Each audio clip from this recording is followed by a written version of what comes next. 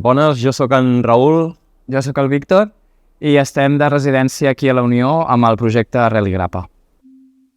El Víctor és un ballarí increïble que ha estat a 1000 companyies per Europa, ara tornant a casa nostra, és el meu germà també. És el personatge que ha tingut la idea original de Rel i Grapa, portant l'arrel cap a la seva dansa contemporània que ja veurem.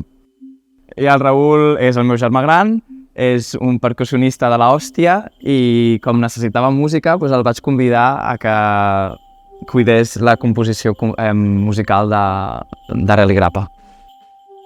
Doncs Rel i Grapa és un projecte que he iniciat a la vegada que he tornat a casa, a Sant Cugat, amb l'idea de recuperar les arrels a nivell de la dansa i barrejar-les amb la dansa contemporània, que és l'àmbit que toco avui en dia.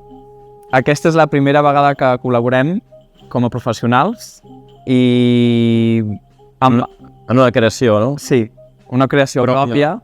I en part ve donada perquè jo ara estic aquí i he estat molt de temps fora i doncs a mi em va sorgir la idea de fer aquest projecte i de cop em va fer molt de sentit convidar el meu germà. La volta a casa total, no? La família, tot.